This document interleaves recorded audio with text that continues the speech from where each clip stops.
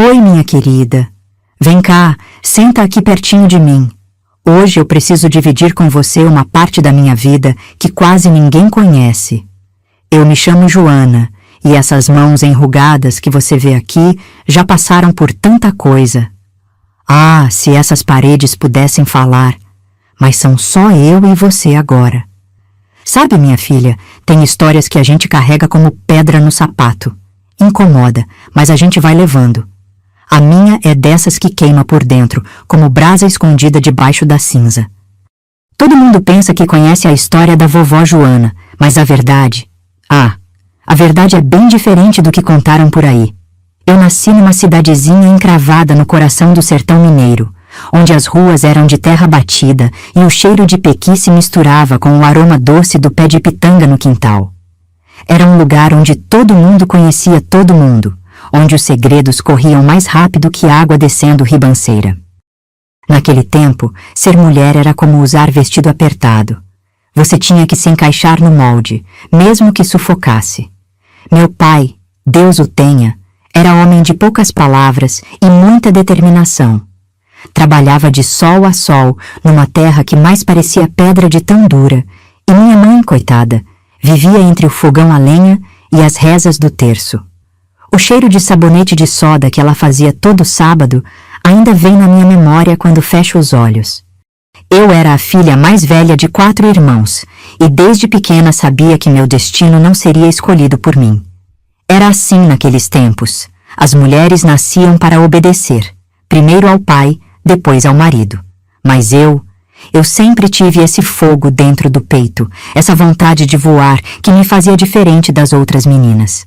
Lembro como se fosse hoje do dia em que tudo mudou. Eu estava no quintal estendendo as roupas no varal, ouvindo o barulho das cigarras e sentindo o vento morno da tarde mexer nos meus cabelos soltos. Foi quando meu pai chegou com aquela cara séria, mais séria que o normal, e chamou minha mãe para uma conversa na cozinha. Eu fingi que estava ocupada com os lençóis brancos balançando no varal, mas meu ouvido estava grudado na conversa deles. Joaquim veio aqui hoje, ouvi meu pai dizer. Joaquim era o fazendeiro mais poderoso da região, homem já maduro, viúvo há uns anos, dono de terras que iam além do que os olhos conseguiam ver. Ele quer a menina para esposa. Senti meu coração dar um pulo tão grande que achei que ia pular pela boca. Minha mãe ficou calada por um tempo, que pareceu eterno, e depois só disse: "Ela ainda é muito nova." Mas meu pai, com aquela voz que não admitia discussão, respondeu: "Nova ou não, é a chance da nossa família sair da lama. Joaquim tem posses, tem respeito, a menina vai ter uma vida boa." Naquela noite, deitada na cama de palha que dividia com minhas irmãs menores, eu olhava para o teto de sapé e sentia como se o mundo tivesse desabado em cima de mim. Não era que eu tivesse alguma paixão guardada no coração naquele momento. Eu era apenas uma moça sonhadora que imaginava um dia encontrar alguém que fizesse meu coração bater mais forte, alguém que me olhasse com carinho e não como uma propriedade a ser adquirida. Joaquim era um homem respeitado, é verdade.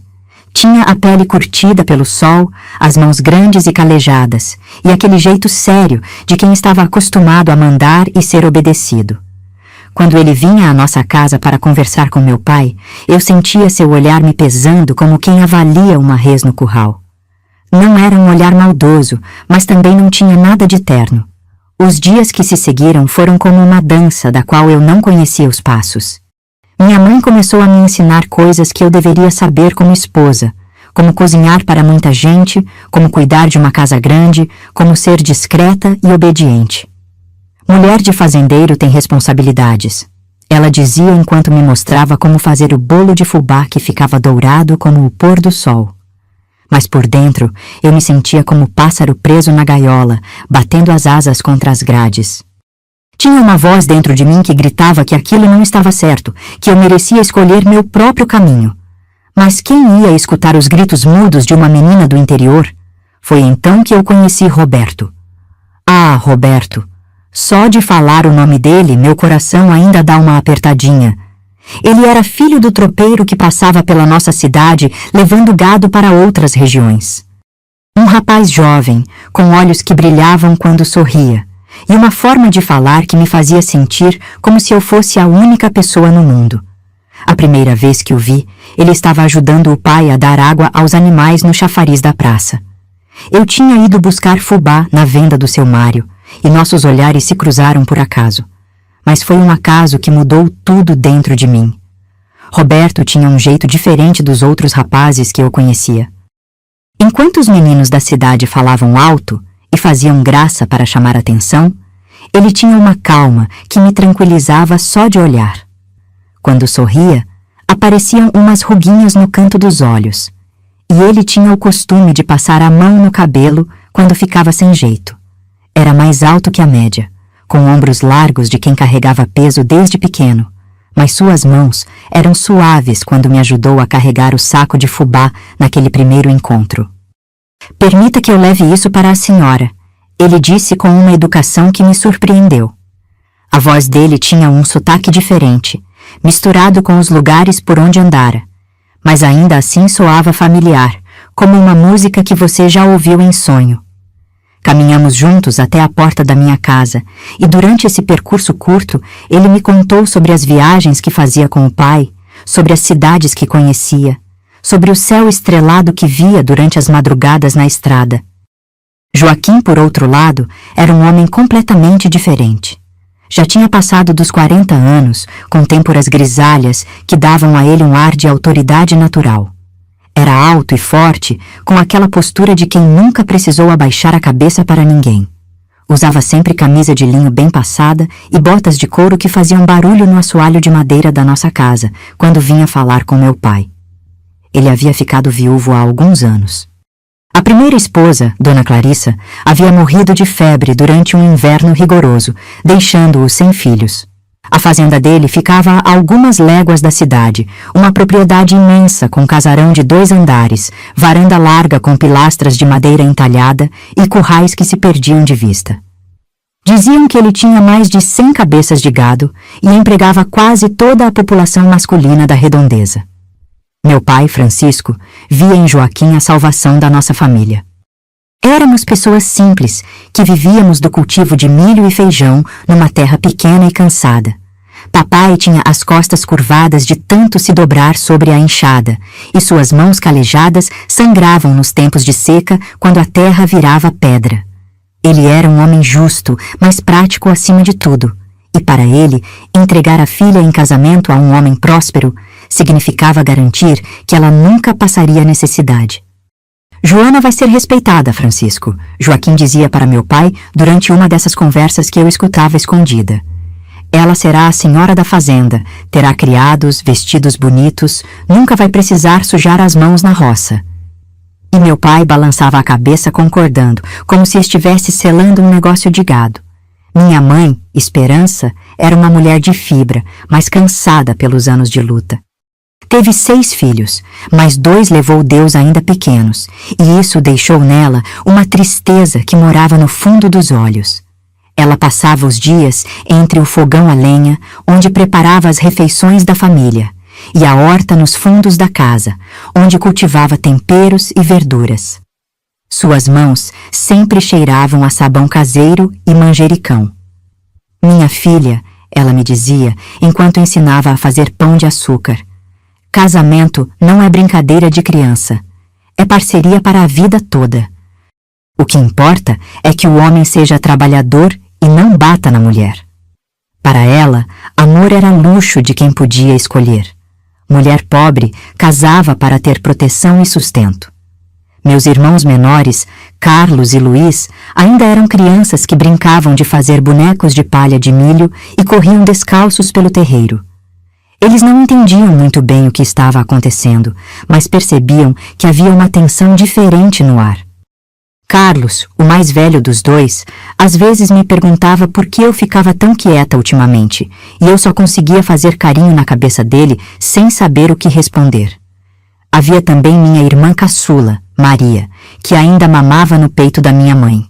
Quando eu a pegava no colo e sentia o cheiro doce de bebê misturado com o leite morno, meu coração apertava pensando que talvez ela fosse crescer e ter a mesma sorte que eu. ser entregue em casamento sem que ninguém perguntasse o que sentia. O pai do Roberto, seu Paulo, era um homem já envelhecido pelas estradas, mas ainda forte e esperto nos negócios. Ele conhecia todo mundo entre nossa cidade e a capital, tinha amizades em cada pouso, sabia exatamente quando e onde vender o gado para tirar o melhor preço. Roberto o admirava muito e sempre falava com orgulho das lições que aprendia durante as viagens. Meu pai diz que homem precisa conhecer mundo para entender a vida. Roberto me contou numa dessas conversas rápidas que tínhamos quando ele passava pela cidade. Ele me ensina que não é só saber comprar e vender gado, mas entender as pessoas, os lugares, as necessidades de cada região. E eu, no meio de tudo isso, me sentia como folha no vendaval. Tinha apenas 17 anos, mas já carregava nos ombros o peso das expectativas da família inteira. Era bonita, diziam, cabelos castanhos que brilhavam no sol, olhos grandes e expressivos, cintura fina que minha mãe fazia questão de apertar com os cintos mais bonitos quando íamos à missa de domingo. Mas por dentro, eu era puro conflito. Uma parte de mim entendia a preocupação dos meus pais. Sabia que eles só queriam o meu bem. Outra parte, porém, se rebelava contra aquele destino escolhido por outros. E quando Roberto aparecia na minha vida, quando ele me olhava com aqueles olhos cheios de sonhos e me falava sobre lugares distantes, eu sentia como se houvesse outra possibilidade no mundo além daquela que estavam traçando para mim. O tempo estava passando e eu sabia que logo meu pai daria a palavra final a Joaquim. A data do casamento seria marcada, os preparativos começariam e não haveria mais volta. Era como se estivesse num trem desgovernado, vendo a paisagem passar pela janela sem poder descer. Mas o coração jovem é teimoso, minha querida. E o meu teimava em bater mais forte cada vez que Roberto aparecia na cidade com a tropa do pai. A rotina na nossa casa seguia o ritmo do sol e das estações. Acordávamos ainda no escuro com o barulho do galo cantando no terreiro. E eu era sempre a primeira a levantar para ajudar minha mãe a preparar o café da manhã. O fogão a lenha demorava para esquentar, então eu acendia o fogo ainda na madrugada, ouvindo o som da madeira estalando e sentindo o cheiro de fumaça misturado com o ar fresco da manhã. Meu pai saía para a roça quando ainda havia estrelas no céu, levando a enxada no ombro e um pedaço de rapadura no bolso da camisa. Eu preparava o café bem forte, do jeito que ele gostava, e embrulhava um pedaço de broa de milho num pano limpo para ele levar. "Obrigado, menina", ele dizia sempre, passando a mão na minha cabeça antes de sair. Era um homem de poucas palavras, mas eu sabia que me amava do jeito dele. Durante o dia, enquanto papai trabalhava na lavoura, eu e mamãe cuidávamos da casa e dos irmãos menores. Varríamos o chão de terra batida com vassoura de palha, lavávamos as roupas no tanque dos fundos, cuidávamos da horta onde cresciam tomate, alface e pimentão. O cheiro de sabão caseiro grudava nas nossas mãos e nossas costas doíam de tanto esfregar roupa na pedra. Carlos e Luiz brincavam pelo terreiro, fazendo cavalinhos de pau de mamona e correndo atrás das galinhas que ciscavam debaixo da mangueira. Às vezes eu parava o que estava fazendo só para vê-los rir, com aquela alegria pura que só criança tem. Maria ficava no colo da mamãe ou dormindo na rede que papai havia pendurado na varanda, balançando devagar com a brisa da tarde. As tardes eram minha parte favorita do dia. Depois que terminávamos os afazeres mais pesados, mamãe se sentava na cadeira de palha para remendar roupas, e eu ficava a seu lado descascando batata doce ou desfazendo milho para fazer canjica. Era nesses momentos que ela me contava histórias da família, dos tempos em que era moça, de como havia conhecido meu pai. Seu pai era diferente dos outros rapazes, ela me dizia enquanto costurava um remendo na camisa do Carlos. Não falava muito, mas quando falava, era sempre coisa com fundamento. E trabalhador. Meu Deus, nunca vi homem trabalhar tanto. Eu ficava imaginando minha mãe jovem, apaixonada por aquele homem sério e trabalhador, e me perguntava se ela havia sentido o mesmo frio na barriga que eu sentia quando via Roberto. Os domingos eram diferentes. Vestíamos nossas melhores roupas para ir à missa na igreja matriz, no centro da cidade. Eu tinha um vestido rosa que mamãe havia costurado especialmente para mim, com manga bufante e uma fita de cetim na cintura. Era o único vestido bonito que eu possuía, e eu me sentia como uma princesa quando o usava. Durante a missa, eu ficava rezando e, ao mesmo tempo, observando as pessoas. Dona Mercedes, a mulher do comerciante, sempre usava um chapéu diferente. O Dr. Sebastião cochilava durante o sermão e sua esposa o cutucava discretamente. As moças solteiras se arrumavam com esmero, esperando chamar a atenção dos rapazes disponíveis. E eu? Eu rezava para Nossa Senhora me dar força para aceitar meu destino, mas no fundo do coração pedia também para ela me mostrar uma saída. Era comum, depois da missa, as famílias se reunirem na praça para conversar. Os homens discutiam sobre a safra, o tempo, os preços no mercado. As mulheres trocavam receitas e fofocas, sempre em voz baixa para não serem ouvidas pelos maridos. E os jovens? Os jovens se olhavam de longe, trocando sorrisos tímidos e sonhando com romances que talvez nunca pudessem viver. Foi numa dessas tardes de domingo que Roberto apareceu de novo na cidade. Eu estava parada perto do chafariz, esperando minha mãe terminar de conversar com Dona Antônia, quando vi a comitiva de tropeiros entrando na praça. Meu coração disparou quando reconheci a figura dele montado num cavalo baio, com o chapéu de couro protegendo o rosto do sol. Ele me viu também e acenou discretamente. Senti meu rosto esquentar e fingi estar interessada na conversa das mulheres, mas meu ouvido estava atento aos comentários sobre os tropeiros. São gente direita, ouvia uma das senhoras dizer. O velho Paulo é conhecido em toda a região, nunca deu calote em ninguém. Naquela mesma tarde, quando voltamos para casa, Joaquim apareceu para jantar conosco. Mamãe havia preparado galinha caipira com quiabo, arroz solto e farofa de linguiça. O cheiro de cominho e coentro tomava conta da cozinha, misturando-se com o aroma do café coado na hora. Durante o jantar, Joaquim falava sobre os planos para a fazenda, sobre a nova casa que pretendia construir, sobre os melhoramentos que faria na propriedade. Quando a moça vier morar comigo, ele dizia olhando para mim, quero que ela tenha todo o conforto. Casa com assoalho encerado, banheiro dentro de casa, até mesmo um piano para ela aprender a tocar. Meu pai sorria satisfeito, vendo naquelas palavras a garantia de um futuro próspero para a filha. Mamãe balançava a cabeça, aprovando, já imaginando a nora vivendo como uma senhora de posses. Mas eu ficava quieta, mexendo a comida no prato, sentindo como se estivessem falando sobre outra pessoa, não sobre mim.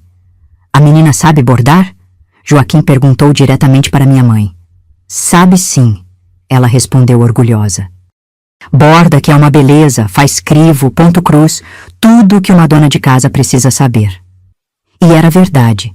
Eu havia aprendido desde pequena a fazer esses trabalhos, passando horas com a linha e a agulha, criando desenhos delicados em guardanapos e toalhas de mesa. Depois do jantar, quando Joaquim se despediu, meu pai o acompanhou até o portão para conversar mais um pouco em particular. Eu ajudei mamãe a recolher as louças e lavar os pratos na bacia de alumínio, mas minha mente estava longe dali. Pensava em Roberto, no jeito doce como ele havia acenado para mim na praça, na diferença entre aquele aceno carinhoso e o olhar calculista de Joaquim. Naquela noite, deitada no meu catre, eu olhava para o teto e pensava como seria minha vida dali para frente. Seria mesmo feliz numa fazenda grande, com confortos que nunca havia sonhado ter? Ou seria apenas uma boneca de porcelana numa prateleira, bonita por fora, mas vazia por dentro? O vento balançava as cortinas de chita na janela, trazendo o cheiro de jasmim do quintal. E eu adormeci sonhando com estradas empoeiradas e cavaleiros que vinham me buscar para me levar para longe dali. Foi num dia que tudo começou a mudar de verdade. Eu estava no quintal estendendo os lençóis no varal, quando ouvi o barulho de cascos de cavalo se aproximando. Era cedo ainda. O sol mal havia nascido, e uma névoa fina cobria o chão como um véu branco. Pensei que fosse algum vizinho trazendo notícias, mas quando levantei os olhos, vi Roberto descendo do cavalo perto do nosso portão. Meu coração começou a bater tão forte que tive medo de que alguém pudesse ouvir. Olhei para os lados. Papai havia saído para a roça, mamãe estava na cozinha preparando o almoço e os meninos ainda dormiam. Era como se o mundo houvesse parado só para aquele momento. Bom dia, Dona Joana, ele disse tirando o chapéu com aquele jeito respeitoso que me fazia derreter. Espero não estar incomodando. É que, bem, eu precisava falar com a senhora. Sequei as mãos no avental e me aproximei do portão, sentindo minhas pernas bambearem. Bom dia, Roberto. Não está incomodando, não. Minha voz saiu mais baixa do que eu queria, quase um sussurro. Aconteceu alguma coisa? Ele ficou mexendo com o chapéu nas mãos, claramente nervoso. É que a gente vai partir amanhã cedo. Meu pai fechou negócio lá em Diamantina e vamos ficar fora umas 3 semanas, talvez um pouco mais. Ele fez uma pausa, engoliu seco e continuou. Mas antes de ir, eu não podia deixar de dizer uma coisa para a senhora.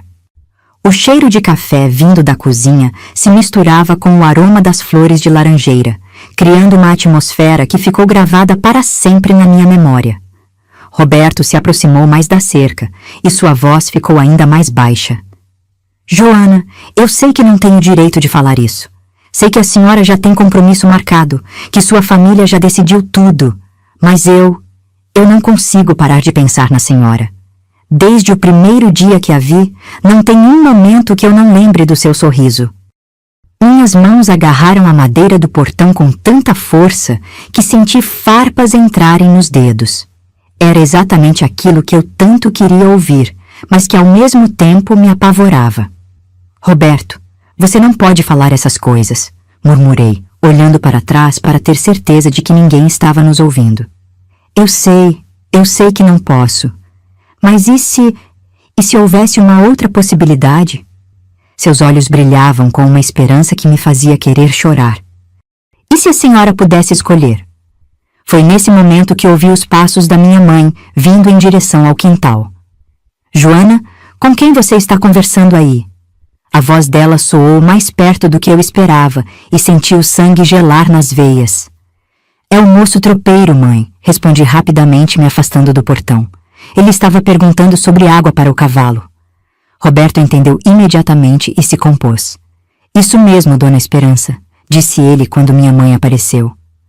Estava pedindo licença para dar água ao animal no chafariz da esquina. Minha mãe o olhou com aquela desconfiança natural das mães, mas acenou com a cabeça. Pode sim, moço. E se quiser, tem um pé de manga ali que dá sombra boa para o cavalo descansar. Muito obrigado. A senhora é muito gentil. Roberto colocou o chapéu na cabeça e montou no cavalo. Mas antes de partir, seus olhos encontraram os meus mais uma vez. Que Deus abençoe esta casa, ele disse. Mas eu sabia que aquelas palavras eram dirigidas especialmente para mim. Depois que ele se foi, passei o resto da manhã inquieta, errando nas tarefas mais simples. Queimei o feijão, derramei leite e quase cortei o dedo descascando mandioca. Minha mãe percebeu minha agitação. Você está estranha hoje, menina. Aconteceu alguma coisa? Ela me olhava com aqueles olhos que pareciam ver através da alma. Não, mãe, é só que ando pensando muito no casamento. Não era mentira completa. Eu realmente estava pensando no casamento, mas não da forma que ela imaginava. Ah, minha filha, ela suspirou, parando de ralar o coco para me olhar com carinho. É normal ficar nervosa. Toda noiva fica assim antes do casamento. Joaquim é um bom homem, você vai ver. Com o tempo você vai aprender a gostar dele. E se eu não conseguir, mãe? E se eu não conseguir gostar dele nunca? Minha mãe ficou calada por um momento, olhando para as próprias mãos. Joana, amor de mocinha é como fogo de palha. Queima bonito, mas acaba rápido. O que importa no casamento é respeito, consideração e que o homem seja bom provedor. O resto a gente aprende. Mas eu não queria aprender a gostar de alguém. Eu queria sentir o coração disparar. Queria ter borboletas no estômago, queria saber como era acordar ao lado de alguém que eu amasse de verdade. E agora, depois da conversa com Roberto, esses sentimentos estavam mais confusos do que nunca. À tarde, Joaquim apareceu de surpresa. Veio montado no seu cavalo alazão, vestindo a camisa branca bem engomada e as botas reluzentes de sempre. Trazia nas mãos um embrulho pequeno, envolto em papel de seda. Trouxe um presentinho para a noiva, disse ele com um sorriso que não chegava aos olhos. Dentro do papel havia um colar delicado, com um pingente dourado em formato de coração. Era bonito, certamente caro, mas quando ele colocou em volta do meu pescoço, senti como se fosse uma coleira. Muito obrigada, murmurei, tocando o pingente. Era frio contra minha pele. Quero que use sempre, ele disse, e havia algo em seu tom que soava mais como ordem do que pedido. Para que todos saibam que você já tem dono. Aquela palavra, dono, ecoou na minha cabeça pelo resto do dia. Era assim que ele me via? Como algo que ele havia comprado, que agora lhe pertencia. Naquela noite, durante o jantar, Joaquim anunciou que queria marcar a data do casamento. Que tal no próximo mês? Sugeriu. Antes que chegue o tempo das chuvas, a estrada fica ruim e seria difícil para os convidados chegarem à fazenda. Meu pai concordou imediatamente. É uma boa ideia. Quanto mais cedo, melhor. E olhando para mim, acrescentou. A menina já está na idade certa. Não adianta ficar prolongando. Senti como se uma corda estivesse se apertando ao redor do meu pescoço. Um mês. Em apenas um mês, eu seria a senhora Joaquim, viveria naquela fazenda grande e fria, longe da minha família, longe de tudo que conhecia, e pior, longe de qualquer possibilidade de ver Roberto novamente. Depois do jantar, quando Joaquim foi embora, eu me tranquei no meu quarto e chorei até não ter mais lágrimas. O colar pesava no meu pescoço como uma corrente. E eu não conseguia tirá-lo porque sabia que amanhã ele perguntaria por que não estava usando. Lá fora, o vento balançava as folhas da mangueira, fazendo um barulho que parecia sussurros. E eu tinha a impressão de que eram Roberto e eu conversando baixinho, planejando uma fuga que talvez nunca pudesse acontecer. As semanas se passaram como um borrão. Roberto havia partido com a tropa do pai, e eu me sentia como um pássaro com as asas cortadas, apenas esperando o dia da minha prisão chegar. Os preparativos do casamento corriam a todo vapor. Mamãe costurava meu vestido de noiva nas horas vagas, papai arrumava a documentação na igreja e Joaquim aparecia quase todos os dias para discutir os detalhes da cerimônia e da festa. Naquela manhã de sábado, eu estava no mercado comprando tecido para bordar as toalhas do enxoval quando escutei uma conversa que mudou tudo. Estava atrás do balcão do seu Mário, escolhendo entre linhas de diferentes cores, quando duas comadres se aproximaram sem me ver. — Você soube da novidade sobre o Joaquim? Disse Dona Benedita, baixando a voz como quem vai contar um segredo importante. — Que novidade? Perguntou Dona Carmen, curiosa. Meu coração parou. Elas estavam falando do meu futuro marido. Fingindo estar concentrada nas linhas, agucei os ouvidos. Parece que a primeira mulher dele não morreu de febre como ele conta por aí. Sussurrou Dona Benedita. Minha cunhada, que trabalhava na fazenda naquele tempo, disse que Dona Clarissa vivia apanhando dele. Uma vez chegou na cidade com o olho roxo, dizendo que tinha caído da escada. Senti um frio percorrer minha espinha. As linhas coloridas na minha mão começaram a tremer. Não me diga! Exclamou Dona Carmen, fingindo escândalo, mas claramente interessada nos detalhes. E como ela morreu mesmo? Ah, isso ninguém sabe ao certo. Só sei que foi numa noite de inverno. Joaquim disse que ela teve febre alta e morreu dormindo. Mas minha cunhada jurava que na manhã anterior havia escutado gritos vindos da casa grande. Gritos de mulher. Minha respiração ficou presa na garganta. O tecido que eu segurava escorregou das minhas mãos e caiu no chão, fazendo barulho. As duas mulheres se viraram e me viram parada ali, pálida como um fantasma. — Oi, Joana! Disse Dona Benedita, claramente constrangida por ter sido ouvida. — Como você está, minha filha? Que vestido bonito! Eu mal consegui responder. Peguei o tecido do chão com mãos trêmulas, paguei suasmário às pressas e saí correndo para casa, deixando as duas mulheres comentando sobre minha estranha reação. Durante todo o caminho de volta, aquelas palavras ecoavam na minha cabeça. Vivia apanhando dele. Gritos de mulher, numa noite de inverno. Será que era verdade? Ou eram apenas fofocas maldosas de cidade pequena? Mas algo dentro de mim, uma intuição feminina que eu não sabia explicar, me dizia que aquilo não era mentira. Cheguei em casa tremendo toda. Mamãe estava na cozinha fazendo cocada, e o cheiro doce de coco queimado com açúcar cristal normalmente me acalmava, mas naquele dia só aumentava meu enjoo. Minha filha, o que aconteceu? Você está branca como sebo de carneiro, disse ela, largando a colher de pau e vindo em minha direção. Eu não sabia como contar. Como dizer para minha mãe que talvez estivessem me entregando nas mãos de um homem violento? Como explicar o medo que estava crescendo dentro do meu peito como erva daninha? Mãe, comecei, sentando numa cadeira porque sentia as pernas fraquejarem. A senhora conheceu bem Dona Clarissa, a primeira esposa do Joaquim? Mamãe me olhou com estranheza. Conheci, sim. Por que a pergunta? Como ela morreu mesmo? Ora, menina, que pergunta é essa? Ela morreu de febre. Foi muito triste, coitada, ainda nova. Mamãe voltou para o fogão, mexendo a cocada que começava a dourar. Por que você quer saber disso? Respirei fundo. É que... ouvi umas coisas na cidade. Umas pessoas falando que talvez ela não tenha morrido só de febre. A colher de pau parou no ar. Mamãe se virou devagar para mim, com uma expressão que eu nunca havia visto antes.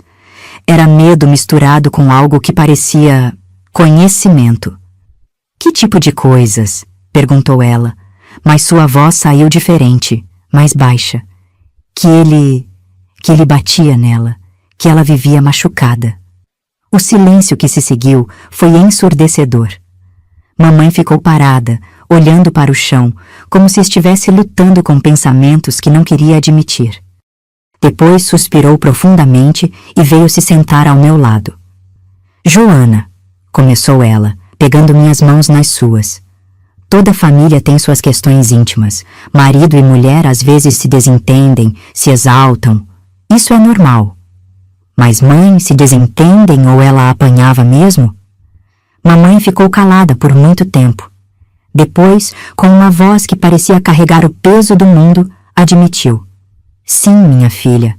Corriam boatos de que Joaquim tinha a mão pesada, mas nunca se soube ao certo se era verdade. E mesmo assim vocês querem me casar com ele? Minha voz saiu mais alta do que eu pretendia, carregada de indignação e desespero. Joana, escute bem o que eu vou te dizer. Mamãe apertou minhas mãos com força.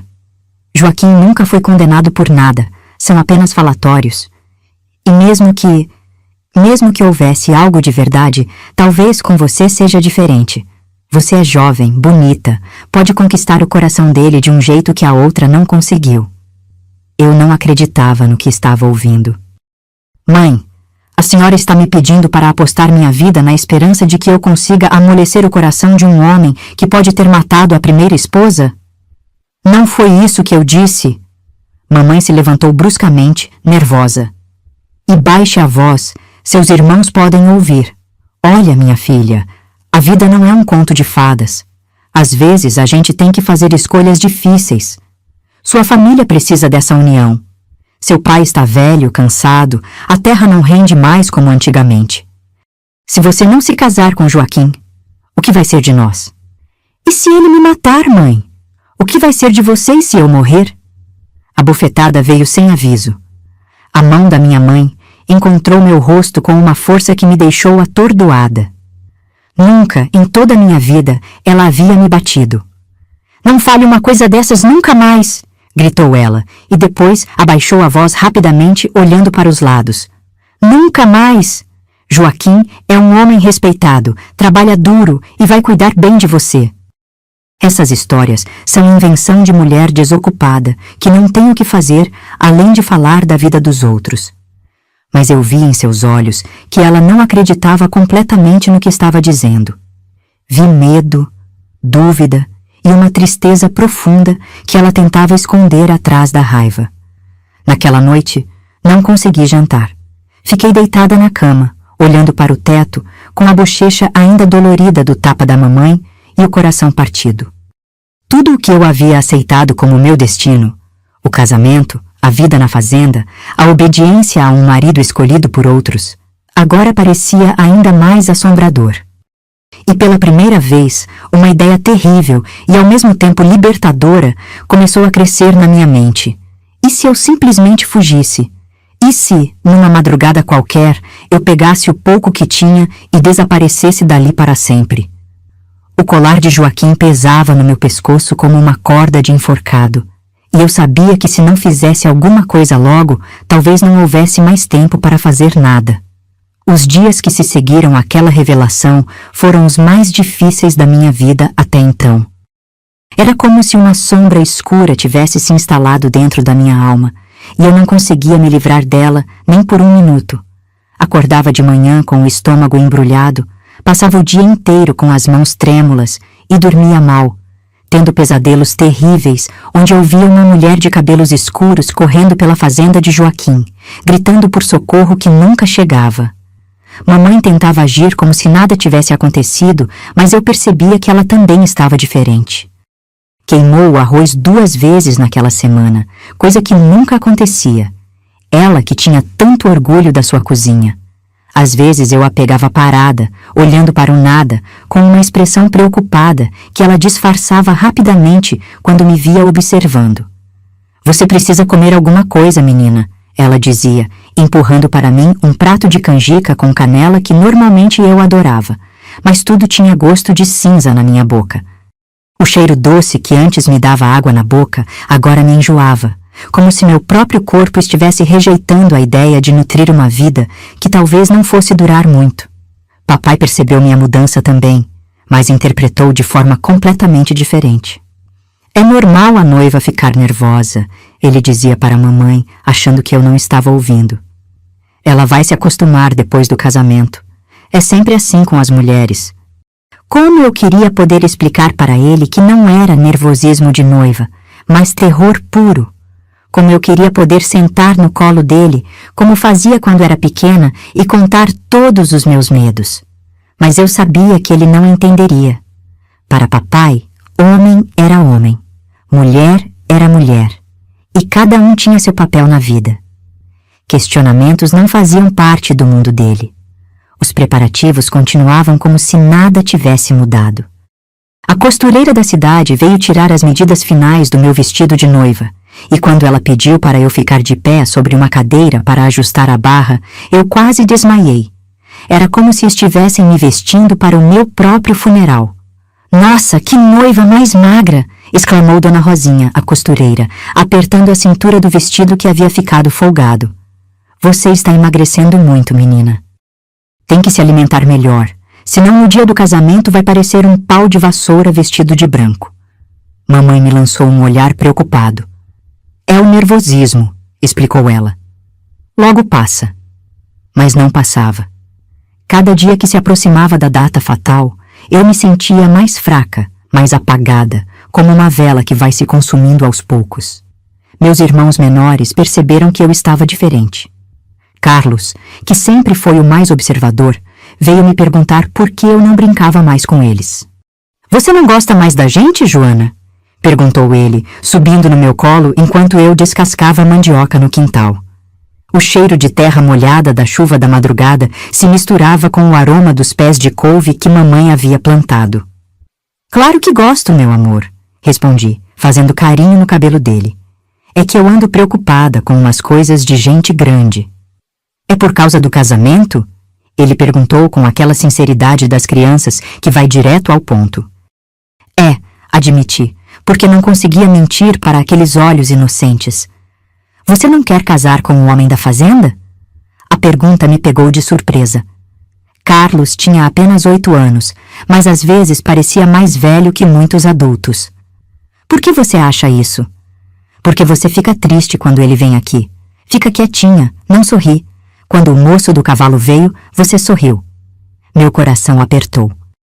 Se até uma criança percebia a diferença entre meus sentimentos por Roberto e por Joaquim, como eu havia pensado que conseguiria enganar a mim mesma? "Às vezes, a gente tem que fazer coisas que não quer, Carlos", expliquei, tentando encontrar palavras que ele pudesse entender. para ajudar a família, para cuidar das pessoas que a gente ama. Mas Jesus não disse que a gente tem que ser feliz? A pergunta dele me deixou sem resposta. Será que Jesus realmente queria que eu fosse feliz? Ou queria que eu fosse obediente? Será que as duas coisas não podiam andar juntas?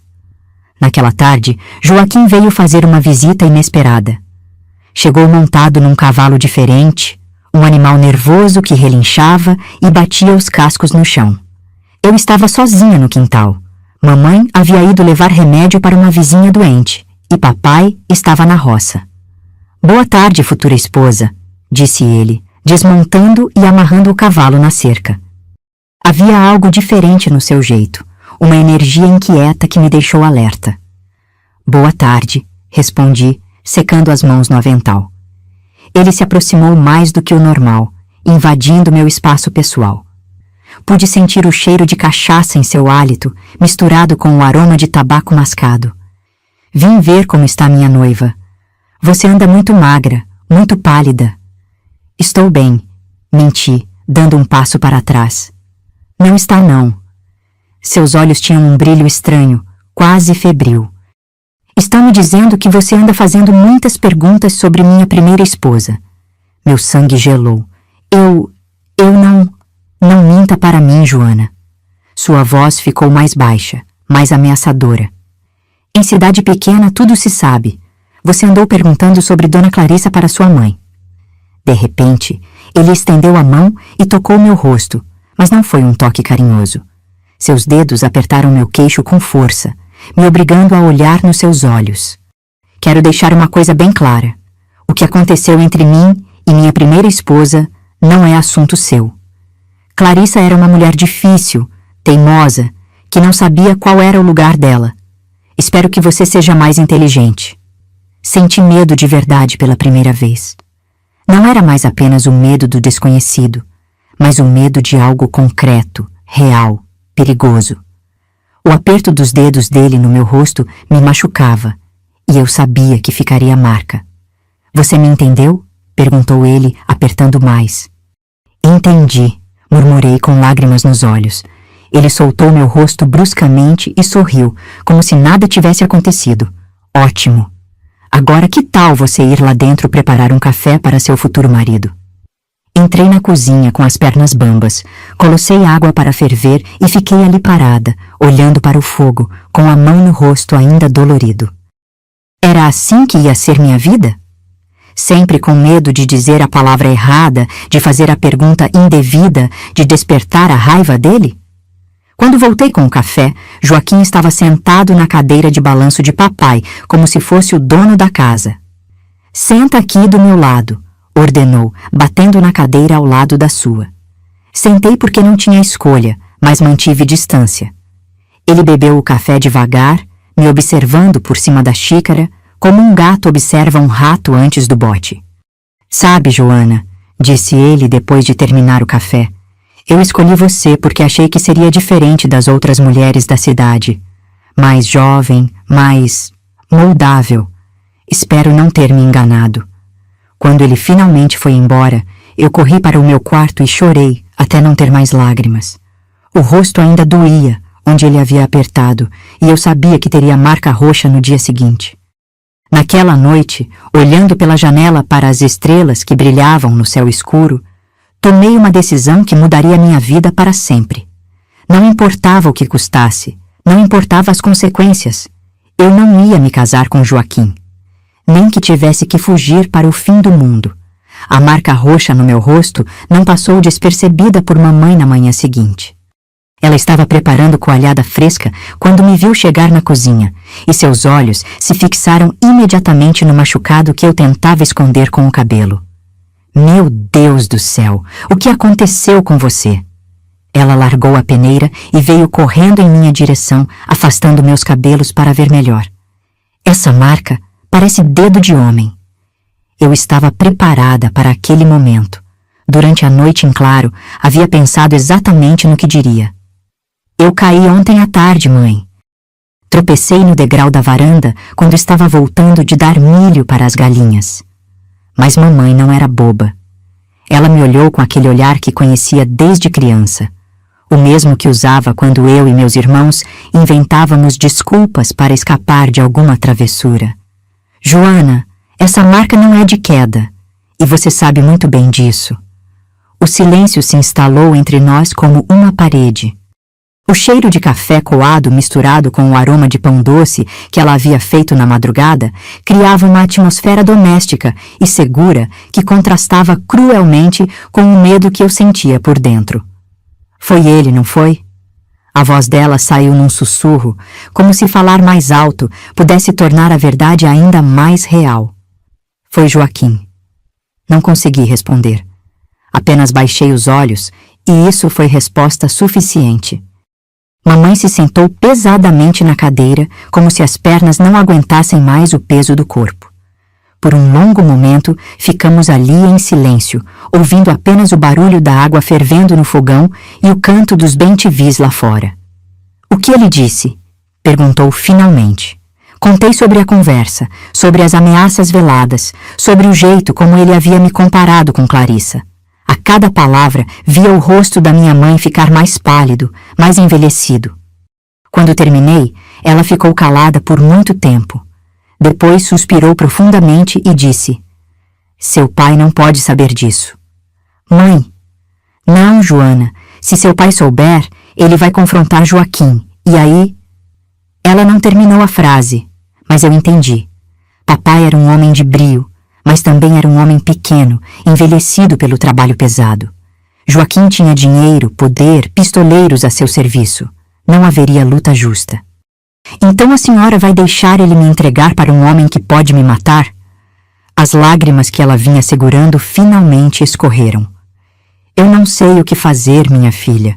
Eu simplesmente não sei. Se cancelarmos o casamento agora, Joaquim vai se sentir humilhado. Homem com poder não aceita humilhação. Ele pode fazer mal não só a você, mas a toda a nossa família. E se eu fugir? A pergunta saiu da minha boca antes que eu pudesse pensar melhor. Mamãe me olhou como se eu tivesse enlouquecido. Fugir? Para onde? Como? Você é uma moça direita, filha de família. Mulher que foge de casa vira qualquer coisa, menos mulher respeitada. Prefiro ser qualquer coisa do que morta. Ela ficou em choque com minha franqueza. Não fale assim, pelo amor de Deus. Mas é a verdade, mãe. E a senhora sabe disso. Naquele momento, ouvimos os passos de papai chegando para o café da manhã. Mamãe se levantou rapidamente, secou os olhos no avental e começou a esquentar o leite como se nada tivesse acontecido. Eu puxei o cabelo para frente, cobrindo a marca, e tentei parecer normal. Bom dia, disse papai, se sentando à mesa com aquele suspiro cansado de sempre. Suas mãos tinham terra grudada debaixo das unhas, e o cheiro de suor misturado com terra molhada vinha dele como sempre vinha. Bom dia, Francisco, respondeu mamãe, colocando na mesa o café com leite, a broa de milho e o queijo fresco que ela fazia toda semana.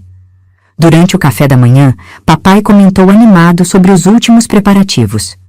Falei com o padre ontem. A cerimônia vai ser às 10 da manhã. Joaquim mandou dizer que vai mandar as carroças para buscar toda a família. Eu mal conseguia engolir a comida. Cada palavra sobre o casamento soava como pregada sendo martelada no meu caixão. E as alianças? Perguntou mamãe, tentando manter o tom normal. Joaquim já encomendou. Disse que são de ouro puro, vindas da capital. Papai sorriu satisfeito. Nossa menina vai ter um casamento como de gente rica. Se ele soubesse o que aquele ouro ia custar. Depois do café, quando papai saiu para a roça e os meninos foram brincar no quintal, mamãe veio conversar comigo enquanto eu ajudava a lavar as louças. Joana, eu vou te dar um conselho que minha mãe me deu quando casei, disse ela, esfregando um prato com mais força do que necessário. Aprenda a obedecer sem discutir, a concordar sem questionar. Homem gosta de se sentir respeitado. Se você fizer isso, talvez ele seja mais gentil com você. Mãe, a senhora está me ensinando a ser capacho de um homem violento. Estou te ensinando a sobreviver.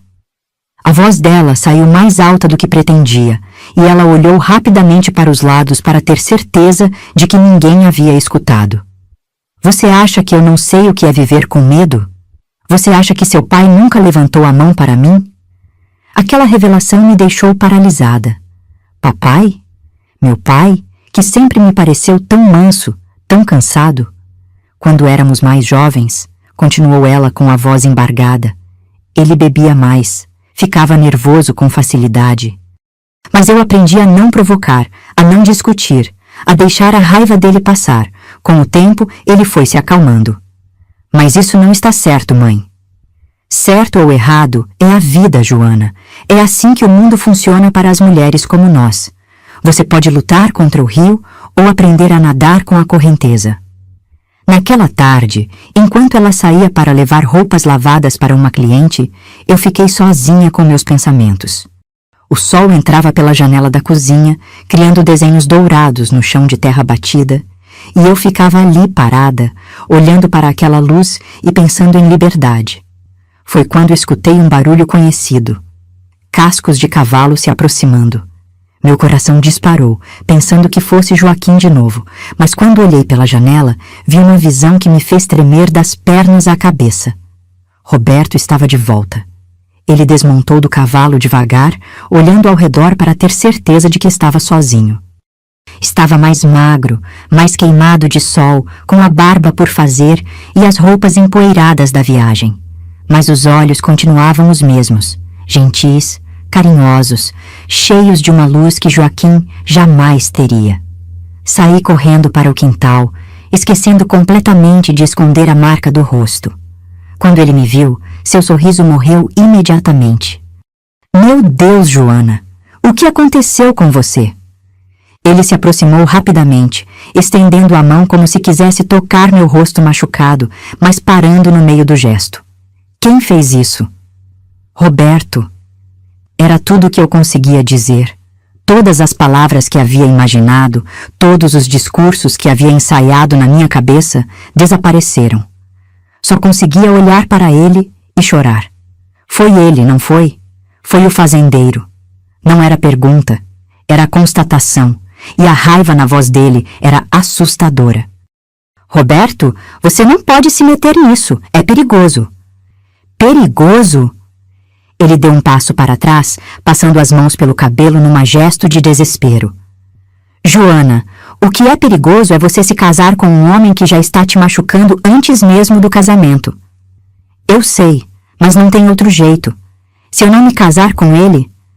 Se você se casar com ele, você vai morrer.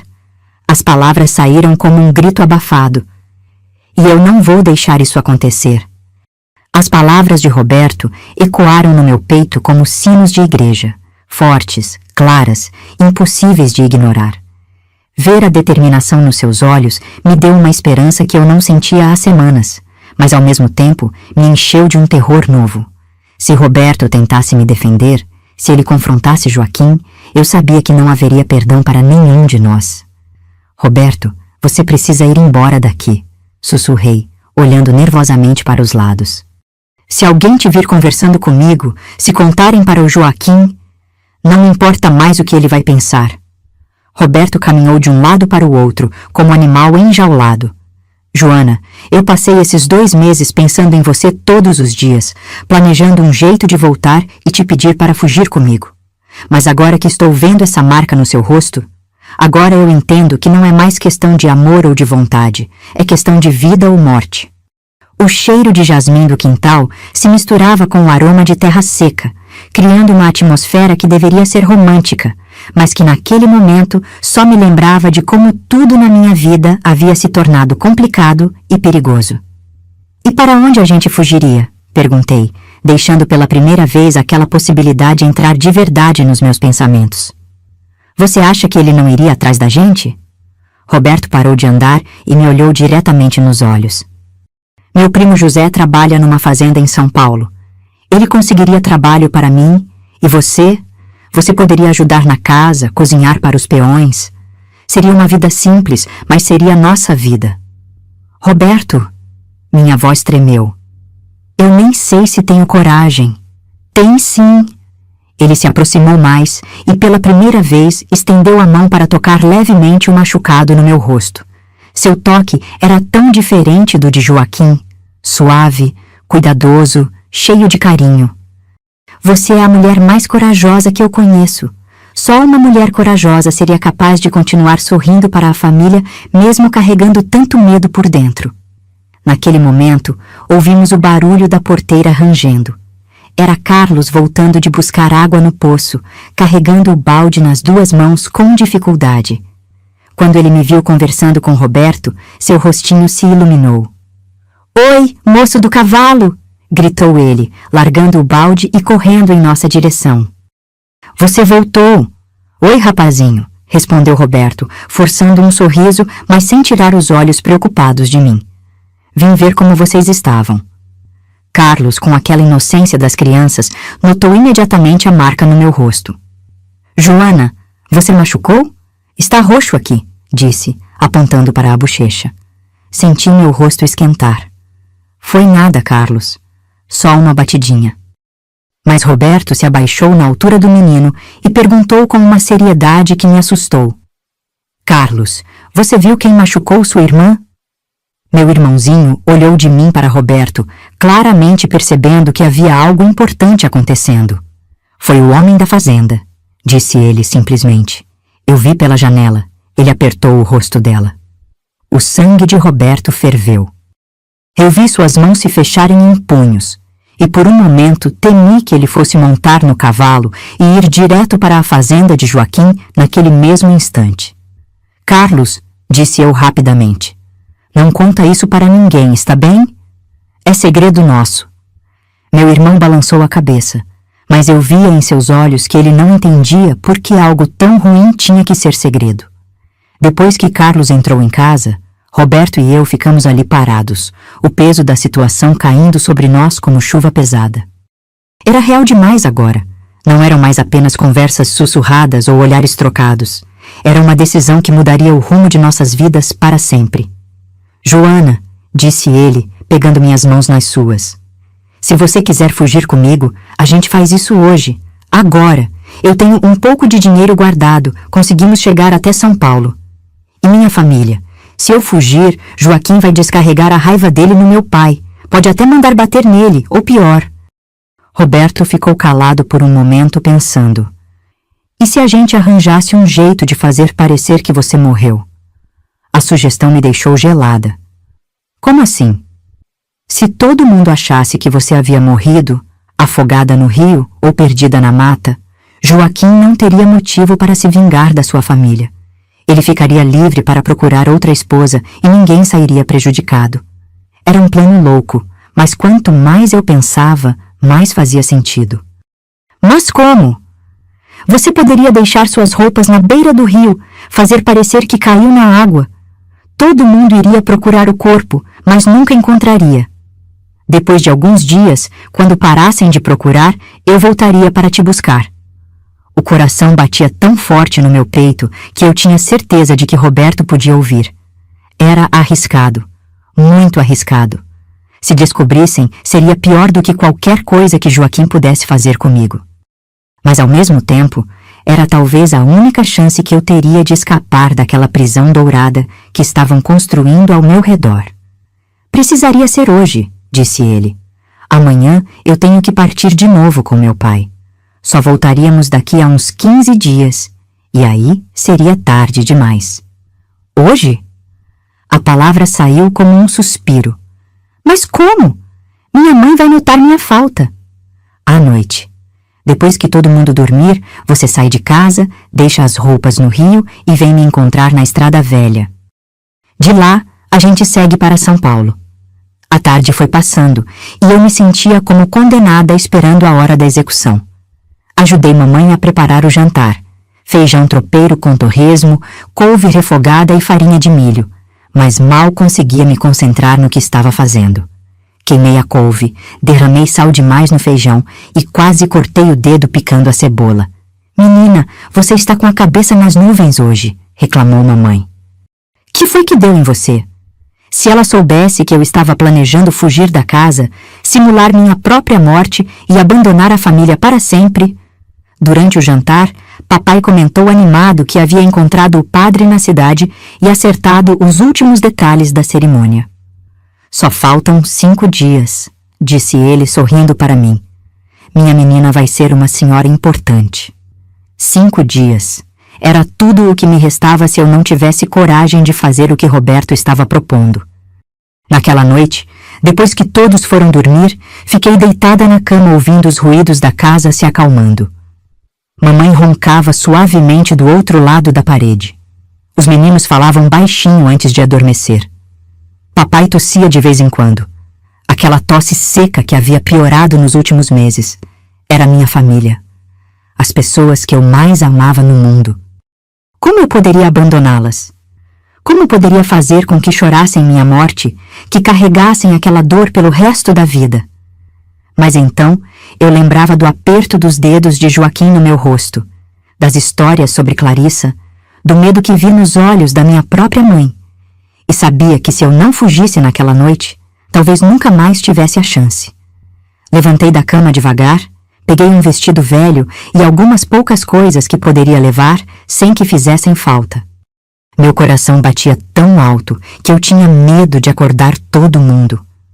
Na porta do quarto, parei por um momento para olhar meus irmãos dormindo. Carlos tinha o braço jogado sobre Luiz, e os dois respiravam com aquela tranquilidade que só as crianças têm. Maria estava no berço ao lado da cama dos pais, fazendo aqueles ruidinhos suaves que bebês fazem quando sonham. Era a última vez que eu os veria. Parada na soleira da porta, com o coração martelando no peito como tambor de festa junina, eu sabia que aquele era o momento que definiria toda a minha vida. Para frente estava o desconhecido, o medo, mas também a possibilidade de liberdade. Para trás, a segurança da família, mas também a certeza de uma vida de sofrimento. Foi quando ouvi um sussurro atrás de mim. Joana? Gelei. Era Carlos, sentado na cama, esfregando os olhinhos sonolentos. "O que você está fazendo acordada?" perguntou ele, com aquela voz rouca de criança que acabou de acordar. Meu mundo desabou. Como explicar para um menino de 8 anos que eu estava prestes a abandoná-lo para sempre? Como mentir para aqueles olhos confiantes que sempre me viram como uma segunda mãe? Me aproximei da cama dele, sentei na beirada e fiz carinho no seu cabelo bagunçado.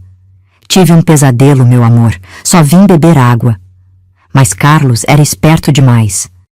Seus olhos se fixaram na trouxinha que eu carregava na mão. "Por que você tem roupas na mão?" A pergunta inocente me cortou como navalha. Olhei para aquele rostinho angelical, para os lábios entreabertos esperando uma resposta, e de repente, toda a minha determinação desmoronou como casa de cartas. "Carlos", sussurrei, "se eu fosse embora, você ia sentir minha falta?" "Embora para onde? Para a fazenda do homem ruim?" "Não. Embora para longe. Para um lugar onde eu ficasse feliz." Ele se sentou completamente, agora bem acordado. "Você não é feliz aqui com a gente?" Como responder a isso? Como explicar que eu os amava mais que tudo, mas que não podia ficar? "Eu amo vocês mais que tudo no mundo, Carlos. Mas às vezes a gente precisa ir embora para proteger quem a gente ama." "Mas se você for embora, quem vai fazer carinho na gente quando o papai brigar? Quem vai contar história na hora de dormir? Quem vai fazer aquele doce de mamão que eu gosto tanto?" Cada pergunta era uma punhalada no meu coração. Comecei a chorar, tentando abafar o som para não acordar ninguém. "Mamãe vai cuidar de vocês. Mamãe faz tudo isso também." "Mas não é igual." Carlos pegou minha mão com suas mãozinhas quentes. "Joana, você não pode ir embora. Se você for, eu vou chorar todos os dias." Foi nesse momento que tudo mudou dentro de mim. Olhando para aquele menino, vendo o amor puro nos seus olhos, entendi que não poderia fazer aquilo com minha família. Não poderia fazê-los carregar para sempre a dor da minha morte falsa. Não poderia privar meus irmãos da irmã mais velha que os protegia e amava. "Então eu não vou", disse finalmente, e ao falar essas palavras, senti uma paz estranha tomar conta do meu peito. "Sério?" Os olhos dele brilharam. "Sério. Eu não vou a lugar nenhum. Carlos sorriu e se jogou no meu colo, me abraçando com toda a força que suas mãozinhas permitiam. Eu te amo, Joana. Eu também te amo, meu anjo. Mas mesmo decidindo ficar, eu sabia que não podia simplesmente aceitar o destino que haviam traçado para mim. Se eu não ia fugir, precisava encontrar outra saída. E foi ali, segurando meu irmãozinho no colo, que uma ideia começou a se formar na minha cabeça. No dia seguinte, acordei com uma determinação que eu não sentia há semanas. Durante o café da manhã, observei meu pai comendo a broa de milho com rapadura, minha mãe amamentando Maria, os meninos brigando por causa de quem iria alimentar as galinhas. Era minha família, com todos os defeitos e virtudes, e eu não ia abandoná-los, mas também não ia me entregar mansa para o matadouro. Depois do café, quando papai saiu para a roça e mamãe foi cuidar da horta, pedi para os meninos ficarem brincando no quintal e saí para a cidade. Tinha uma missão. Meu primeiro destino foi a casa de Dona Francisca, a parteira mais respeitada da região. Era uma senhora de cabelos brancos, mãos hábeis e língua afiada, conhecida por não ter medo de homem nenhum. Se alguém poderia me ajudar, era ela. Bati na porta da casinha simples, toda pintada de branco com flores coloridas no quintal. O cheiro de ervas medicinais secando no sol vinha de dentro da casa. Oi, Dona Francisca, posso falar com a senhora?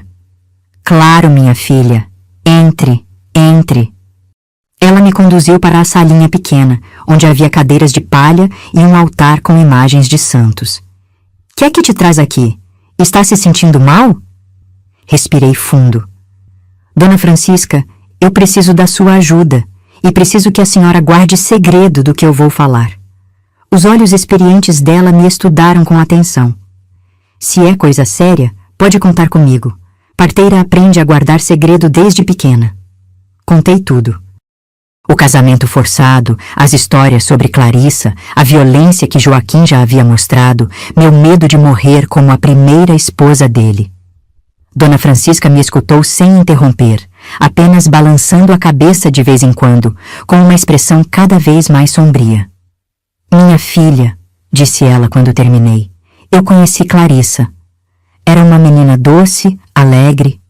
Quando casou com Joaquim, em 6 meses estava irreconhecível. Magra, assustada, sempre com algum machucado que ela dizia ser de queda ou tropeço. Então é verdade? É verdade.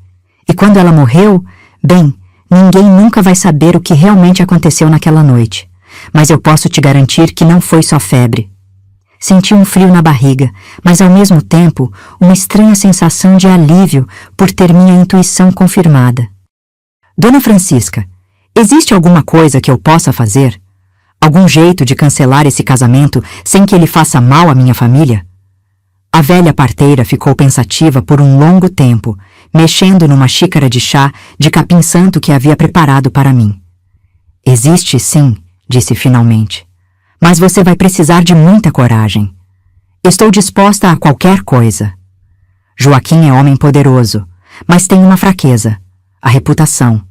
Ele se preocupa muito com o que as pessoas pensam dele. Se você conseguir que toda a cidade saiba das violências que ele fez com Clarissa, que as pessoas comecem a falar, ele mesmo vai querer cancelar o casamento para não ficar mal falado. Mas como? Ninguém vai acreditar na palavra de uma menina contra a de um fazendeiro respeitado. Dona Francisca sorriu, e havia algo de travesso naquele sorriso. Minha filha, você não conhece o poder das mulheres quando elas se juntam. Deixa comigo que eu arranjo umas conversas com as comadres certas. Em 3 dias, toda a cidade vai estar comentando sobre Joaquim e a pobre da Clarissa. E se ele descobrir que partiu de mim? Não vai descobrir. Fofoca é como vento. Ninguém sabe de onde vem, só sente quando chega. Saí da casa de Dona Francisca com o coração mais leve do que estava há semanas.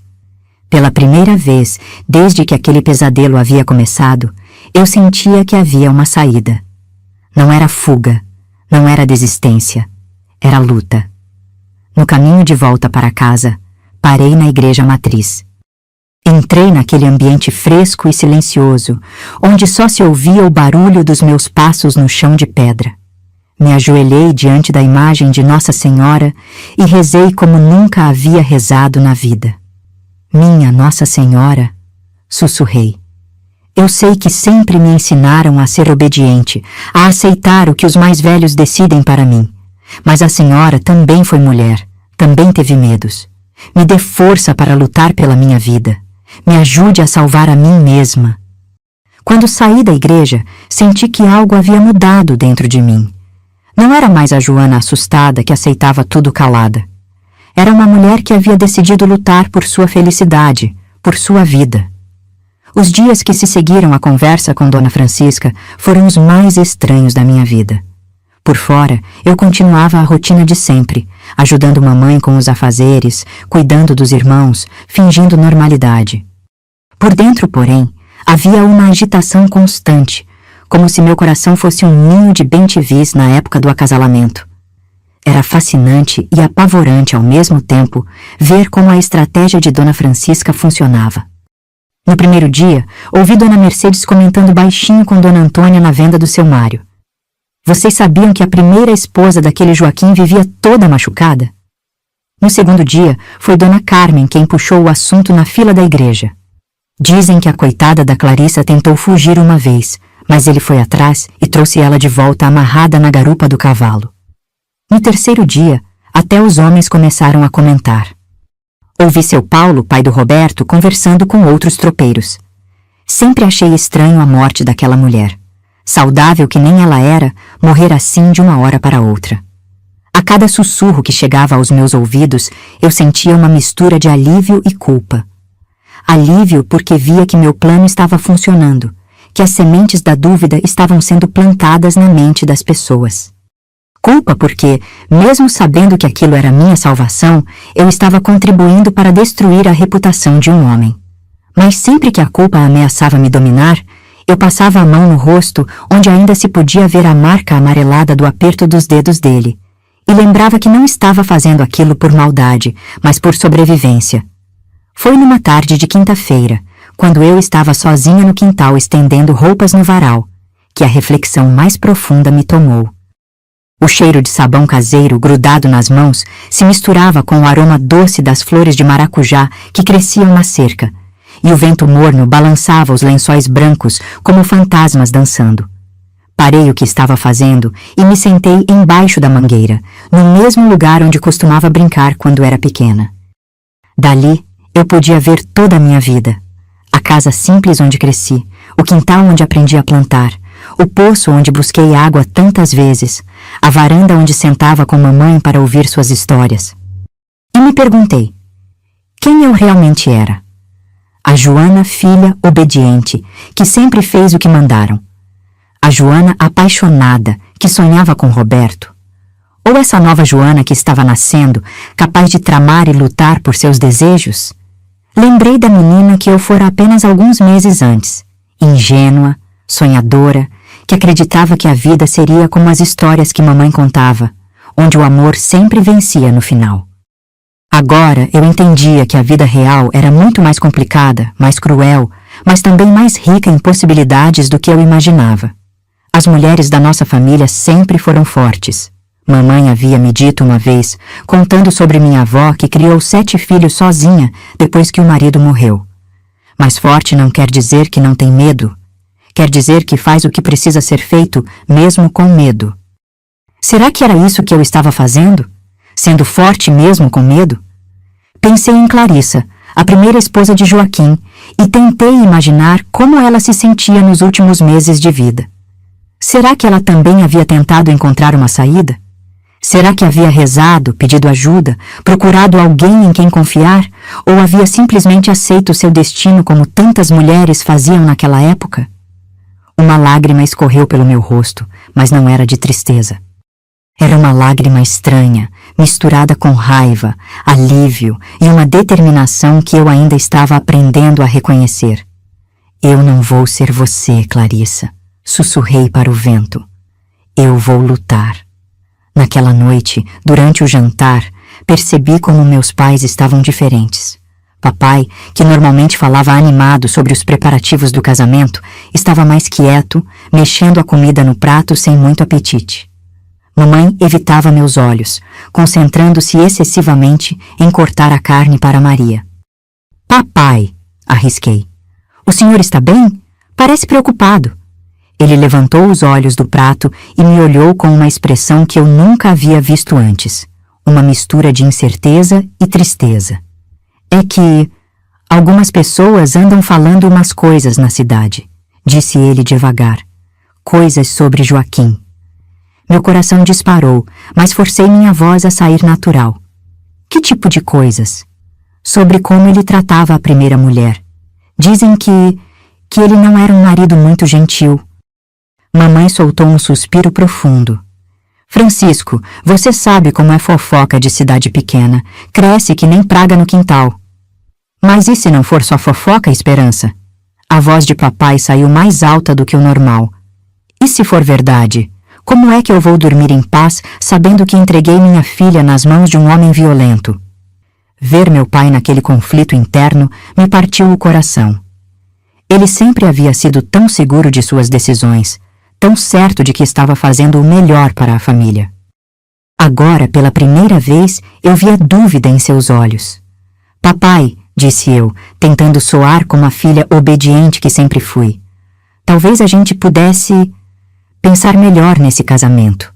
Não precisa ser com tanta pressa. Mas a palavra já foi dada, menina. Homem que volta atrás na palavra não é homem. E homem que entrega a filha para ser espancada é o quê?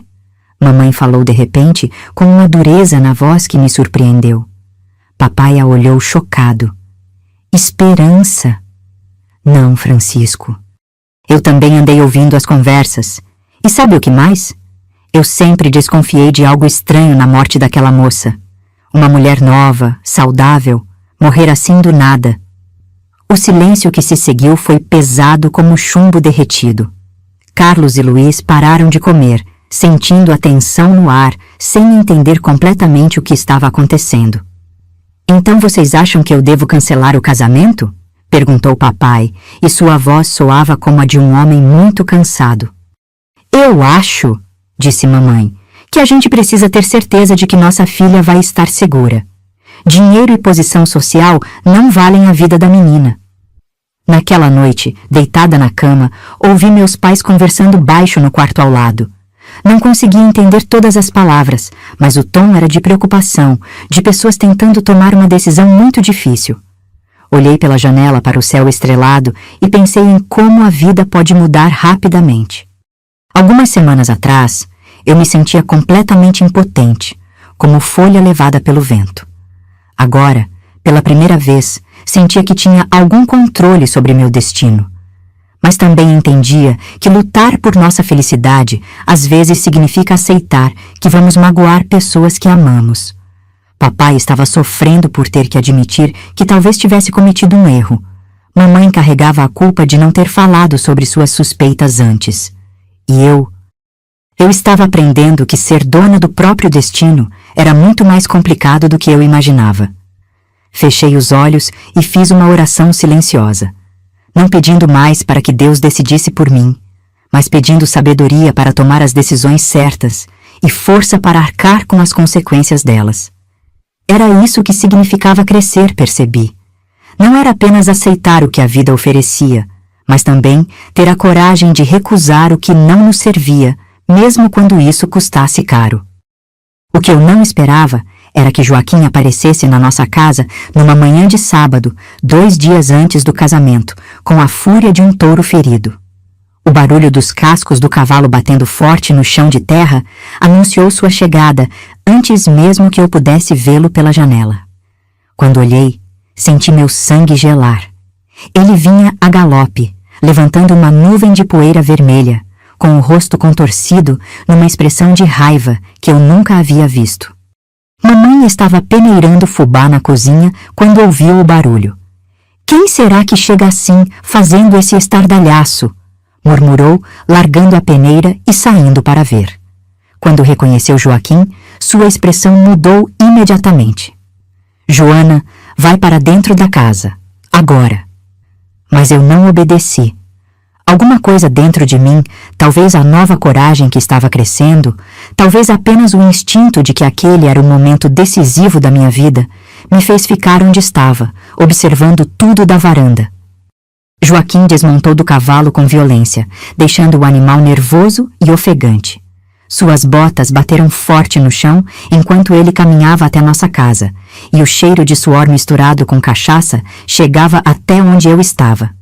"Francisco!" gritou ele, sem nem ao menos dar bom dia. "Preciso falar com você, agora." Papai saiu correndo da roça, com a enxada ainda na mão e a camisa encharcada de suor. Quando viu Joaquim, sua expressão ficou apreensiva. "Bom dia, Joaquim." "Que é isso? Aconteceu alguma coisa?" "Aconteceu sim." Joaquim cuspiu no chão, um gesto grosseiro que fez mamãe franzir o senho. "Aconteceu que anda uma cambada de linguarudas espalhando mentiras sobre mim pela cidade toda." Meu coração bateu tão forte que temi que ele pudesse ouvir. Era isso. O momento que eu havia antecipado e temido ao mesmo tempo havia chegado. "Mentiras sobre o quê?" perguntou papai, genuinamente confuso. "Sobre minha primeira mulher, sobre como eu a tratava. Dizem que eu batia nela, que eu a matei." Joaquim gritava cada vez mais alto, gesticulando com raiva. "E você sabe de onde essas mentiras começaram? Da sua casa." O silêncio que se seguiu foi ensurdecedor. Pude ver papai empalidecer, mamãe apertar o avental nas mãos nervosamente e até os pássaros pareceram parar de cantar. "Da minha casa?"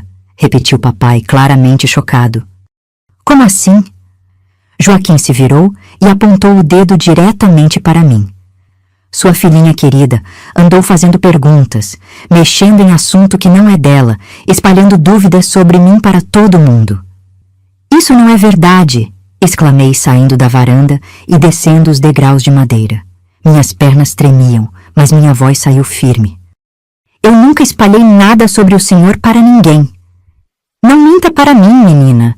Joaquim deu um passo em minha direção e, instintivamente, papai se colocou entre nós dois.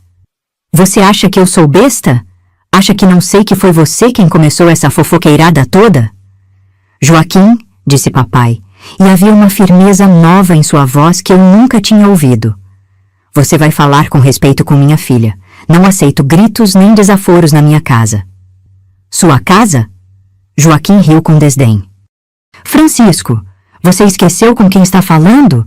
Eu posso comprar 10 casas como essa com o dinheiro que tenho no bolso." "Pode ser", respondeu papai, e eu senti orgulho dele pela primeira vez em muito tempo. "Mas enquanto você estiver aqui, vai respeitar minha família." A tensão no ar era tão densa que eu podia quase tocá-la. Carlos e Luiz haviam aparecido na porta da casa, atraídos pelos gritos, e mamãe fez sinal para eles voltarem para dentro. "Está bem", disse Joaquim, tentando controlar a raiva, mas sem muito sucesso. "Vamos esclarecer essa história de uma vez por todas." Ele se virou para mim novamente. "Joana, olha nos meus olhos e me diz, você espalhou mentiras sobre mim?" Era o momento da verdade. Eu podia mentir, negar tudo, tentar amenizar a situação, ou podia falar a verdade e enfrentar as consequências. Olhei nos olhos dele, aqueles olhos frios, calculistas, que já haviam visto Clarissa sofrer sem piedade, e senti uma coragem que vinha de um lugar muito profundo dentro de mim. "Eu não espalhei mentiras", disse claramente. "Eu apenas fiz perguntas. Perguntas sobre o que aconteceu com sua primeira esposa. E sabe por que fiz essas perguntas?" Dei um passo à frente, mesmo com as pernas tremendo. Porque eu tinha medo de que o que aconteceu com ela pudesse acontecer comigo também. O rosto de Joaquim ficou vermelho de raiva. "Como você ousa?" "Como eu ouso o quê?" interrompi, e minha voz ficou mais alta. "Como eu ouso querer saber se o homem com quem vão me obrigar a casar é violento? Como eu ouso ter medo de morrer como ela morreu?" "Joana!" gritou mamãe, assustada com minha ousadia. Mas eu não podia mais parar. As palavras saíam como água de represa que se rompeu. "Sim, eu fiz perguntas, porque quando o senhor apertou meu rosto com força, quando me ameaçou, quando falou que eu não podia ser teimosa como Clarissa foi, eu entendi que minha vida estava em perigo." Papai ficou pálido como fantasma. Ele fez o quê? Não fiz nada demais. Joaquim tentou se defender. Apenas mostrei para a menina qual é o lugar dela. O lugar dela? Papai se virou completamente para Joaquim e pela primeira vez na vida eu vi meu pai realmente bravo. E qual é o lugar da minha filha, segundo você? Obedecendo ao marido, calada, sem ficar fazendo perguntas sobre o que não deve. Igual a Clarissa fazia? Perguntou mamãe de repente, saindo do seu silêncio. Todos se viraram para olhar para ela. Igual sua primeira esposa fazia antes de morrer? Minha primeira esposa era doente, tinha a cabeça fraca. Fraca de tanto apanhar? Mamãe continuou, e havia uma firmeza em sua voz que me encheu de orgulho. Fraca de tanto ter medo? Joaquim ficou fora de si. Vocês não sabem de nada. Clarissa era teimosa, desobediente, não sabia ser mulher direita. E por isso merecia morrer? Perguntei, e minha pergunta ecoou no silêncio como um tiro. A explosão veio como eu esperava. Joaquim se lançou em minha direção com a mão levantada, pronto para me bater ali mesmo, na frente dos meus pais. Mas desta vez, papai estava preparado. Segurou o braço dele no ar com uma força que eu não sabia que ele tinha. Não encosta a mão na minha filha, disse papai, e sua voz era baixa, mas mortal. Nunca mais. Solta meu braço, Francisco. Só depois que você prometer que não vai tocar nela. Eu sou o noivo dela. Tenho direito de corrigi-la quando ela desrespeita. Não, disse papai, soltando o braço dele, mas ficando entre nós. Você não tem direito nenhum sobre minha filha, e não vai ter nunca. Joaquim nos olhou com uma expressão de ódio puro. Vocês vão se arrepender disso. Ninguém me humilha impunemente. Não é humilhação, falei, e surpreendentemente minha voz saiu calma. É apenas a verdade. E a verdade é que eu não vou me casar com o Senhor. Não posso casar com um homem que me faz ter medo. Seu pai já deu a palavra. E agora ele está retirando, disse papai firmemente. O casamento está cancelado. Joaquim ficou ali parado por um momento que pareceu eterno, respirando pesado, com os punhos fechados. Depois cuspiu no chão novamente e se virou para ir embora. Vocês não sabem com quem estão mexendo, disse antes de montar no cavalo. Essa família vai pagar caro por essa ofensa. Depois que ele partiu, galopando furioso e levantando outra nuvem de poeira, ficamos ali parados, os três, processando o que havia acabado de acontecer. Minha filha, disse papai finalmente, você tem certeza do que acabamos de fazer? Olhei para ele, para a mamãe, para a casa simples onde cresci, para o quintal onde brincara tantas vezes, e senti uma paz que não sentia há meses. Tenho, papai. Pela primeira vez na minha vida, eu tenho certeza absoluta. Sabe, minha querida, passou-se mais de 50 anos desde aquele dia, e ainda me lembro de cada detalhe como se fosse ontem. O cheiro de poeira que Joaquim levantou quando partiu furioso, o silêncio que ficou no ar depois que ele se foi, o jeito como meu pai me olhou, com uma mistura de orgulho e preocupação que eu nunca tinha visto antes. Nos dias que se seguiram, nossa família viveu numa tensão constante. Papai dormia mal, sempre atento a qualquer barulho estranho durante a noite. Mamãe rezava mais que o costume, acendendo velas extras para Nossa Senhora. E eu me sentia livre pela primeira vez na vida, mas também assombrada pela incerteza do que viria pela frente. Joaquim cumpriu sua promessa de vingança, mas não da forma que esperávamos. Em vez de violência direta, ele usou seu poder de forma mais sutil e cruel. Parou de comprar nossos produtos, convenceu outros fazendeiros a fazer o mesmo, e de repente, nossa pequena fonte de renda secou como o rio no tempo da seca. Talvez a gente devesse reconsiderar, papai disse uma noite, depois de mais um dia tentando vender feijão sem conseguir comprador. Talvez eu tenha agido por impulso. Não, respondi com uma firmeza que me surpreendeu. Prefiro passar fome sabendo que estou viva do que ter comida farta numa tumba dourada. E foi então que aconteceu algo que eu jamais poderia ter imaginado. Dona Francisca, aquela parteira corajosa que havia me ajudado, começou a espalhar uma história diferente pela cidade. Não sobre Joaquim e Clarissa desta vez, mas sobre nossa família. Vocês viram a coragem daquela menina? Ela contava para quem quisesse ouvir. Enfrentou um homem poderoso, defendeu a própria vida. E os pais dela, que tiveram a dignidade de cancelar um casamento que podia acabar em tragédia. Essa é uma família de valor. O efeito foi surpreendente. As pessoas começaram a nos procurar, não por pena, mas por admiração. Seu Mário, dono da venda, ofereceu trabalho para papai organizando o estoque. Dona Mercedes encomendou bordados para mim. Ela havia ouvido falar da minha habilidade com linha e agulha. Outras mulheres seguiram o exemplo, e logo eu tinha mais encomendas do que conseguia fazer. Sabe o que aconteceu? Dona Francisca me explicou numa tarde, enquanto eu levava uma toalha bordada que ela havia encomendado. Você mostrou para as outras mulheres da cidade que é possível dizer não. Que é possível lutar. Cada ponto que você borda agora carrega um pedacinho dessa coragem. Roberto voltou algumas semanas depois do episódio com Joaquim.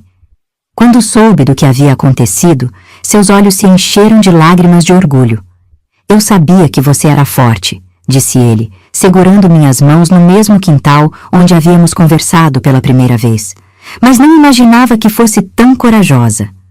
Casamos no inverno seguinte, numa cerimônia simples na igreja matriz, com a bênção dos meus pais e a presença de toda a cidade.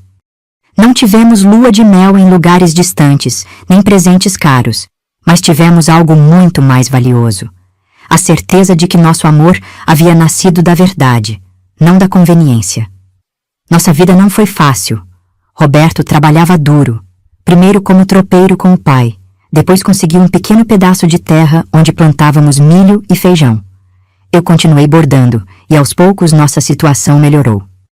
Tivemos 4 filhos, 3 meninos e uma menina, e criei todos eles para serem corajosos, para nunca aceitarem que alguém os maltratasse. Joaquim nunca mais se casou. Viveu sozinho na fazenda grande até morrer de derrame, muitos anos depois. Algumas pessoas diziam que ele ficou amargurado, que nunca se conformou com a humilhação pública. Outras contavam que ele havia mudado, que tratava melhor os empregados depois daquele episódio. Eu nunca soube ao certo qual versão era verdadeira. E, para ser honesta, nunca me importei muito.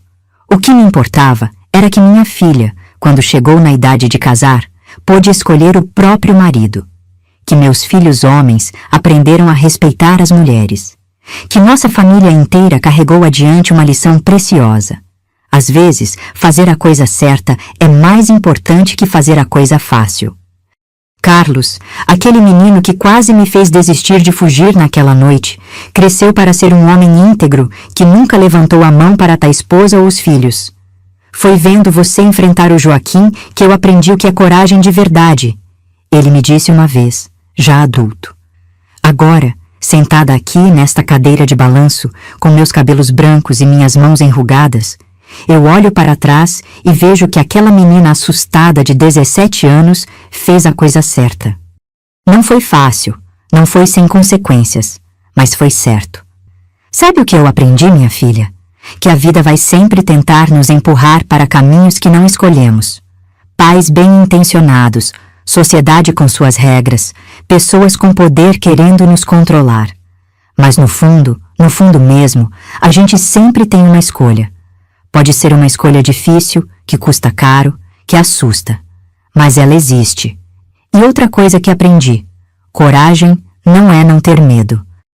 Coragem é ter medo e, mesmo assim, fazer o que precisa ser feito. É olhar para o que está errado e dizer: não vou aceitar isso. É defender a própria vida, a própria dignidade, mesmo quando todo mundo diz que você está louca. Você pergunta se valeu a pena? Se eu faria tudo de novo? Ah, minha querida, vale sempre a pena lutar pela própria felicidade. Vale a pena acordar de manhã sabendo que você é dona do seu destino, que ninguém pode te machucar sem sua permissão. Claro que às vezes eu me pergunto como teria sido minha vida se eu tivesse me casado com Joaquim. Talvez eu tivesse sobrevivido, aprendido a ser submissa, vivido numa casa grande com confortos que nunca tive. Ou talvez talvez eu tivesse tido o mesmo fim de Clarissa. Mas não adianta ficar imaginando o que poderia ter sido. O que importa é o que foi, o que escolhi, o que construí com minhas próprias mãos.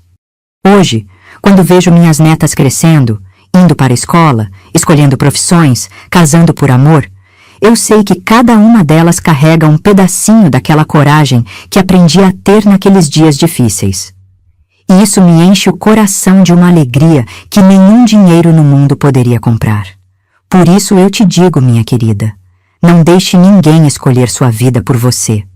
Não aceite maltrato em nome da tradição. Não se cale quando seu coração gritar que algo está errado. Seja corajosa, mesmo com medo. Lute pela sua felicidade, mesmo que custe caro. E quando você estiver velha como eu, sentada na sua própria cadeira de balanço, contando sua história para uma neta querida, você vai poder dizer: eu vivi a vida que escolhi viver. É essa a maior riqueza que uma mulher pode ter, minha filha, a certeza de que foi dona do próprio destino. E essa riqueza ninguém nunca pode tirar da gente.